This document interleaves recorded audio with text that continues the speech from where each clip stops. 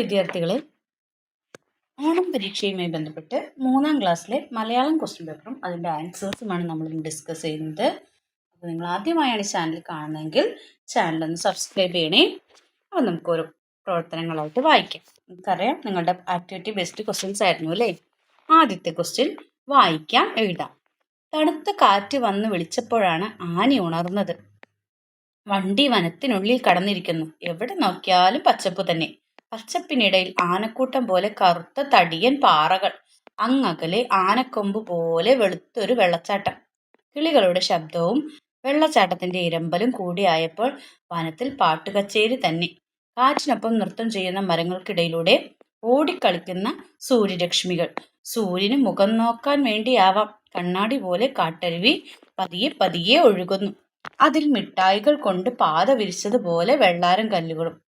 പുൽച്ചെടി മുതൽ മാനം മുട്ടയുള്ള വൻമരങ്ങൾ വരെ പരസ്പരം കൈകോർത്ത് താങ്ങും തണലുമായി നിൽക്കുന്നത് കണ്ടിട്ടും മതിയാകുന്നില്ല. കാട് എത്ര സുന്ദരമാണ്. ഈ യാത്ര അവസാനിക്കാതിരുന്നെങ്കിൽ. എന്താണ് ഈ പാരഗ്രാഫിൽ പറഞ്ഞിരിക്കുന്നത്? ഒരു യാത്രയെ കുറിച്ചാണ് അല്ലേ. കാടിന്റെ ഭംഗിയൊക്കെ ആസ്വദിച്ചുള്ള ഒരു യാത്രയെ കുറിച്ചാണ്. ആരാണ് ഇതിലെ കഥാപാത്രം? ആനിയാണ് അല്ലേ. ആനിയാണ് യാത്ര പുറപ്പെട്ടത്. അപ്പൊ ആനി കണ്ട കാഴ്ചകളൊക്കെയാണ് ഇതിൽ തന്നിട്ടുള്ളത്. ഇനി നമുക്ക് ക്വസ്റ്റ്യൻസ് നോക്കിയാലോ. ആനിയെ വിളിച്ചുണർത്തിയത് ആരാണ്? തണുത്ത കാറ്റ് എന്ന് പറഞ്ഞിട്ടുണ്ടല്ലേ. അപ്പൊ ആരായിരിക്കും? കാറ്റ്. അപ്പൊ മക്കൾ അവിടെ എഴുതേണ്ടത് എന്തായിരുന്നു? കാറ്റ് എന്നാണെന്ന് അല്ലേ. ഇനി ബി ക്വസ്റ്റ്യൻ നോക്കാം. ആകാശം എന്ന അർത്ഥത്തിൽ പ്രയോഗിച്ചിട്ടുള്ള പദം ഏതാണ്? ആകാശം. ആകാശം പോലെ. ആകാശത്തിന് എന്താണ് ഇവിടെ പറഞ്ഞിരിക്കുന്നത്? നമുക്ക് നോക്കാം. എന്തെന്നാണ്?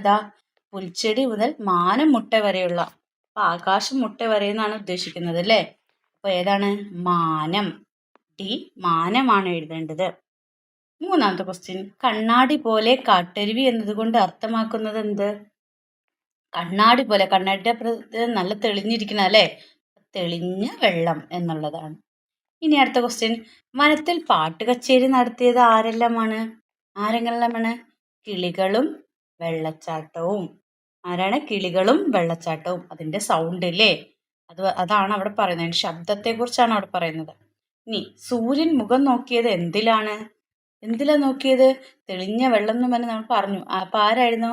കാട്ടരുവി അല്ലേ. എല്ലാ ഈ ക്വസ്റ്റ്യൻസിന്റെ എല്ലാ ഉത്തരങ്ങൾ എവിടെയുണ്ട്? നമ്മൾ മുമ്പ് വായിച്ച ആ പാരഗ്രാഫിലുണ്ട്. നമുക്ക് പ്രവർത്തനം 2 നോക്കാം. രചനാശേഖരം. ആനിയുടെ പഴഞ്ചൊൽ ശേഖരം നോക്കൂ.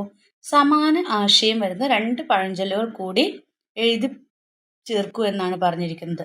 ഒത്തുപിടിച്ചാൽ മലയും പോരും, ഒരുമയുണ്ടെങ്കിൽ ഒലക്കമേലും കിടക്കാം. ഇതിന്റെ സമാന ആശയമുള്ള ഏതെങ്കിലും ഒരു 2 പഴഞ്ചൊല്ല് എഴുതാനാണ് പറഞ്ഞിരിക്കുന്നത്. ഇതൊക്കെ എഴുതാൻ നമുക്ക് നോക്കാം. ഒരുമ തന്നെ പെരുമ അല്ലേ. അതുപോലെ ഐക്യമത്യം മഹാബലം. കൂടി നിന്നാൽ കോടി ഗുണം. ഒരുമിച്ച് നിന്നാൽ ഒരുപാട് ഗുണങ്ങൾ ഉണ്ടെന്നാണ് പറയുന്നത്. ഇനി ആനിയുടെ കടങ്കഥാ ശേഖരം നോക്കൂ. കടങ്കഥയിൽ ഒളിച്ചിരിക്കുന്നത് ആര്? ആദ്യത്തെ നോക്കൂ. രാത്രി പൂക്കും മുല്ലയ്ക്ക് 12,000 പൂക്കൾ. ഏതാണ് ഉത്തരം? നക്ഷത്രങ്ങൾ. അപ്പൊ പഞ്ഞി പോലെ വെളുത്തിട്ട് മഴയ്ക്ക് മുമ്പ് കറുത്തിട്ട്. അതേതാണ്? മേഘം അല്ലേ. പഞ്ഞി പോലെ വെളുത്തിട്ട് മഴയ്ക്ക് മുമ്പ് കറുത്തിട്ട്. ഇനി പഴങ്ങളുടെ പേര് ഉത്തരമായി വരുന്ന 2 കടങ്കഥകൾ തയ്യാറാക്കാനാണ് പറഞ്ഞിരിക്കുന്നത്. മക്കൾക്കറിയാവുന്ന 2 കടങ്കഥകൾ എഴുതാനാണ്. ഉദാഹരണം കാണിച്ചു തരാം. അകുത്തറുത്താൽ പുറത്തറിയും. എന്താണ്? ചക്ക. ചെടിയിൽ കായ, കായിന്മേൽ ചെടി. എന്താണ്? കൈതച്ചക്ക. ഇനി പ്രവർത്തനം 3 നമുക്ക് നോക്കാം. നിയമാവലി തയ്യാറാക്കാം. ബലൂൺ ചവിട്ടിപ്പൊട്ടിക്കൽ മത്സരം. നോക്കൂ, നിയമാവലി തന്നിട്ടുണ്ട്. ഒരു സമയം 10 പേർക്ക് മത്സരിക്കാം. എല്ലാവരും ഇടതു കാലിൽ ബലൂൺ കെട്ടണം. അടയാളപ്പെടുത്തിയിരിക്കുന്ന കളത്തിനുള്ളിലാണ് മത്സരം. സ്വന്തം ബലൂൺ പൊട്ടാതെ മറ്റുള്ളവരുടെ ബലൂൺ ചവിട്ടിപ്പൊട്ടിക്കണം. അവസാനം വരെ ബലൂൺ പൊട്ടാതെ സൂക്ഷിക്കുന്ന ആളാണ് വിജയി. ഇനി ആനിയുടെ സ്കൂളിൽ നടന്ന ബലൂൺ ചവിട്ടിപ്പൊട്ടിക്കൽ മത്സരത്തിന്റെ നിയമാവലി വായിച്ചല്ലോ.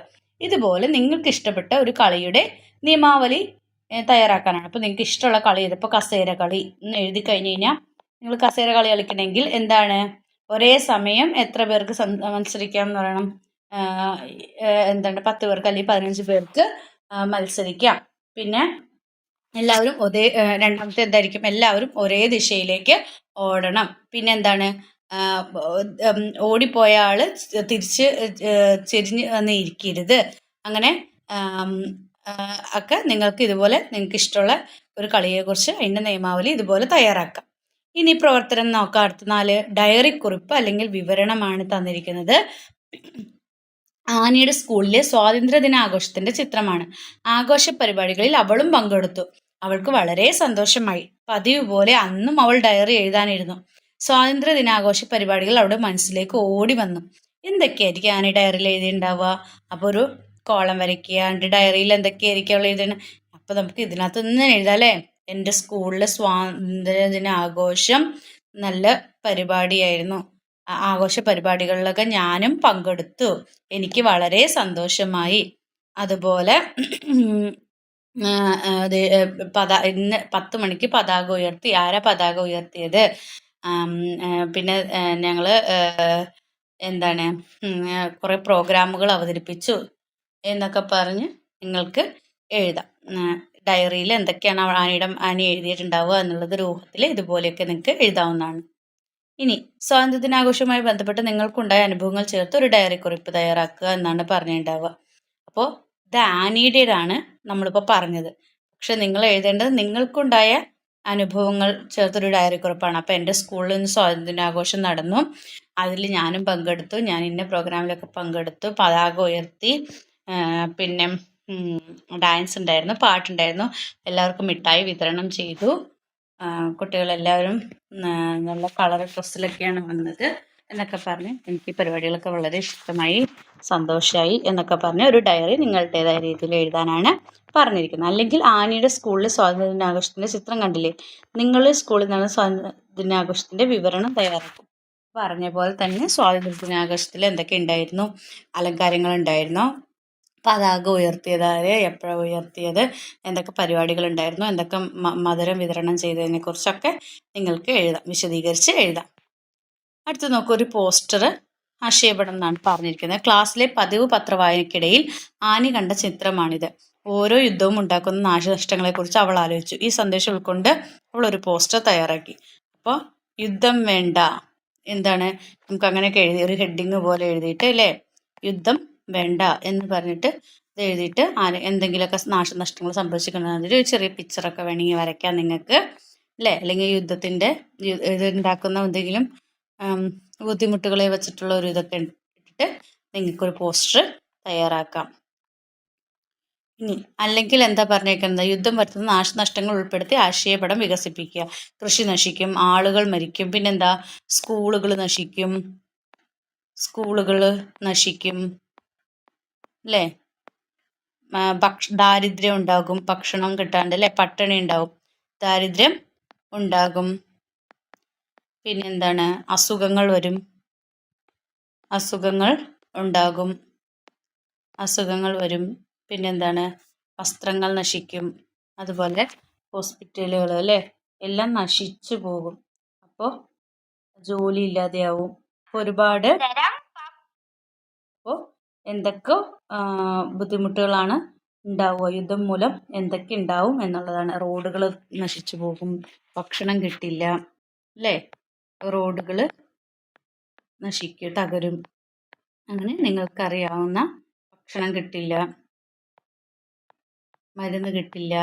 അപ്പോൾ യുദ്ധം മൂലം ഉണ്ടാകുന്ന പ്രശ്നങ്ങൾ എന്തൊക്കെയാണെന്ന് നിങ്ങളോട് എഴുതാനാണ് പറഞ്ഞിരിക്കുന്നത്. അപ്പോൾ ഇത്രയൊക്കെയാണ് നിങ്ങളുടെ എക്സാമുമായി ബന്ധപ്പെട്ടിട്ടുള്ള ക്വസ്റ്റ്യൻസ് ഉള്ളത്. അപ്പോൾ നിങ്ങൾക്ക് വീഡിയോ ഇഷ്ടമെങ്കിൽ ലൈക്ക് ചെയ്യാം, ഷെയർ ചെയ്യുക. ആദ്യമായി ചാനൽ കാണുന്ന കൂട്ടുകാരെങ്കിൽ ചാനൽ സബ്സ്ക്രൈബ് ചെയ്യണേ. Then see you again. Thank you.